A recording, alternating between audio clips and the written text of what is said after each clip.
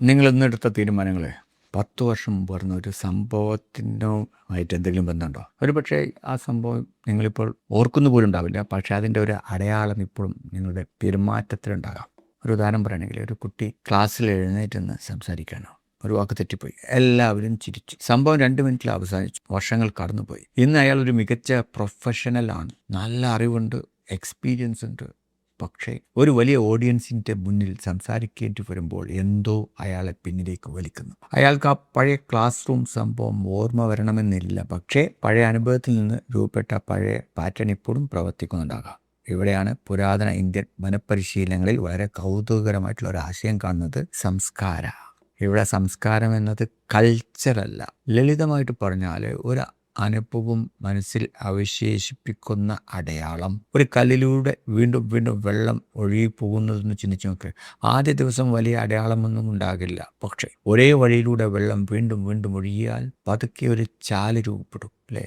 പിന്നീട് വെള്ളത്തിന് എളുപ്പമുള്ള വഴി ഏതാണ് നോക്കിയാൽ ആ പഴയ ചാലിലൂടെ ആയിരിക്കും പിന്നെ വെള്ളം പോവുക. മനുഷ്യൻ്റെ പെരുമാറ്റത്തെയും പുരാതന ചിന്തകൾ ഇതുപോലെയാണ് നിരീക്ഷിച്ചിരുന്നത്. ഒരു പ്രതികരണം വീണ്ടും വീണ്ടും ആവർത്തിച്ചാൽ അത് അടുത്ത തവണ കൂടുതൽ എളുപ്പത്തിൽ സംഭവിക്കുന്ന ഒരു പ്രവണതയായിട്ട് മാറാം. ഒരു ചെറിയ ഉദാഹരണം ഇപ്പോൾ തന്നെ പരീക്ഷിക്കാം. നിങ്ങളുടെ 2 കൈ വിരലുകളും തമ്മിലൊന്ന് കൂട്ടിക്കെട്ടുക.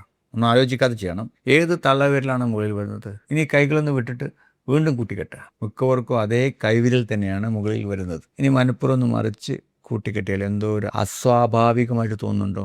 ഈ അസ്വാഭാവികതക്ക് തെറ്റൊന്നുമില്ല. കാരണം എന്താ വെച്ചാൽ പഴയ പാറ്റേണാണ് കൂടുതൽ പരിചയം. ഇതാണ് ഈ ആശയം മനസ്സിലാക്കാനുള്ള വളരെ ചെറിയൊരു വാതിൽ. നമ്മുടെ ജീവിതത്തിലും ഇത്തരം പാറ്റേൺസ് ഉണ്ടാകാം. പ്രഷർ വന്നാൽ ഒരാൾ മിണ്ടാതിരിക്കും, മറ്റൊരാൾ ദേഷ്യപ്പെടും, മറ്റൊരാൾ തമാശ പറഞ്ഞ് വിഷയം ഒഴിവാക്കും.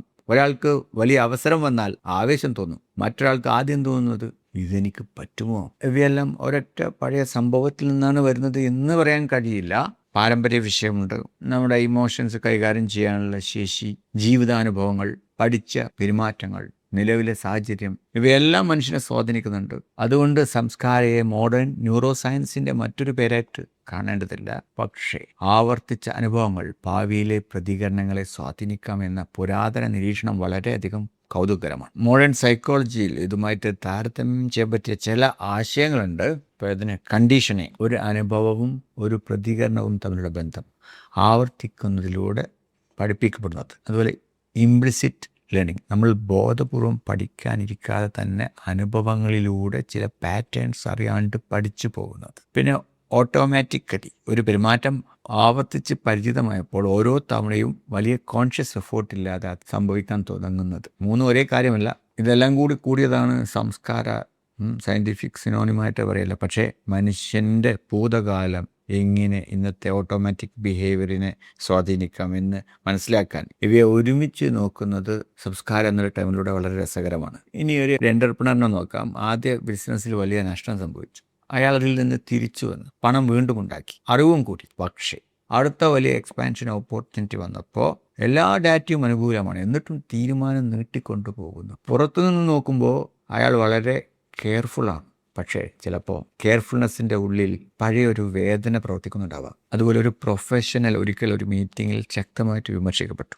പിന്നീട് എന്താണെന്ന് വെച്ചാൽ പിന്നീട് എല്ലാ മീറ്റിങ്ങിലും അയാൾ ആ വിമർശനം ഒഴിവാക്കിയിട്ട് സേഫായിട്ട് സംസാരിക്കുകയാണ്. പുതിയ ഐഡിയ ഉണ്ടെങ്കിൽ അയാൾ പറയുന്നില്ല. കാലം കഴിഞ്ഞപ്പോൾ അയാൾ തന്നെ വിശ്വസിക്കുന്നുണ്ട്, ഞാൻ അങ്ങനെ ഔട്ട് സ്പോക്കൺ ആയിട്ടുള്ള ഒരാളല്ല. അങ്ങനെ പ്ലാൻ ചെയ്യുന്നുള്ളൂ. ഒരു കാര്യം ശ്രദ്ധിച്ചാൽ ഈ റിപ്പീറ്റഡ് റെസ്പോൺസ് പതുക്കെ നമ്മുടെ ഐഡൻറ്റിറ്റി ആയിട്ട് മാറും. ഞാൻ ഇങ്ങനെയാണ്. ഈ വാചകം വളരെ സൂക്ഷിച്ച് ഉപയോഗിക്കണം. കാരണം ചിലപ്പോൾ നിങ്ങൾ പേഴ്സണാലിറ്റി എന്ന് വിളിക്കുന്നതിൻ്റെ ഒരു ഭാഗം നിങ്ങൾ വളരെ കാലമായി ആവർത്തിച്ചു കൊണ്ടിരിക്കുന്ന ഒരു പാറ്റേൺ മാത്രമായിരിക്കും. ഇവിടെയാണ് പുരാതന പരിശീലനങ്ങളുടെ മറ്റൊരു മനോഹരമായ ആശയം വരുന്നത്. പഴയ അടയാളത്തോട് യുദ്ധം ചെയ്യുന്നതിനേക്കാൾ പുതിയൊരു പാത വീണ്ടും സൃഷ്ടിക്കുക. ഇന്നത്തെ ന്യൂറോ സയൻസിൽ ന്യൂറോ പ്ലാസ്റ്റിസിറ്റി നമ്മെ കാണിക്കുന്നത് അനുഭവവും പരിശീലനവും തലച്ചോറിൻ്റെ പ്രവർത്തന രീതികളിൽ മാറ്റം സൃഷ്ടിക്കാമെന്നാണ്. അതുകൊണ്ട് past is not necessarily the destiny. ഇതാണ് പ്രധാനപ്പെട്ട കാര്യം. പേഴ്സണൽ മെൻറ്ററിങ്ങിൽ ഒരാളുടെ ലക്ഷ്യം കേട്ട ഉടനെ സൊല്യൂഷൻ പറയുന്നതിനേക്കാൾ എനിക്ക് താല്പര്യമുള്ളത് അയാൾ വീണ്ടും വീണ്ടും ആവർത്തിക്കുന്ന പാറ്റേൺ എന്താണ് എന്ന് കണ്ടെത്തുന്നതിലാണ്. കാരണം രണ്ടു പേർക്ക് ഒരേ ലക്ഷ്യമുണ്ടാകാം, പക്ഷേ ഒരാളെ തടയുന്നത് റിജക്ഷൻ ആയിരിക്കും, മറ്റൊരാളെ തടയുന്നത് ചിലപ്പോൾ പെർഫെക്ഷനിസം ആയിരിക്കും, മറ്റൊരാളെ തടയുന്നത് ഫെയിലിയർ, മറ്റൊരാളെ സ്വന്തം വിജയത്തെക്കുറിച്ചുള്ള ഭയം പോലും. വിജയിച്ചാലും ഭയമാണ്.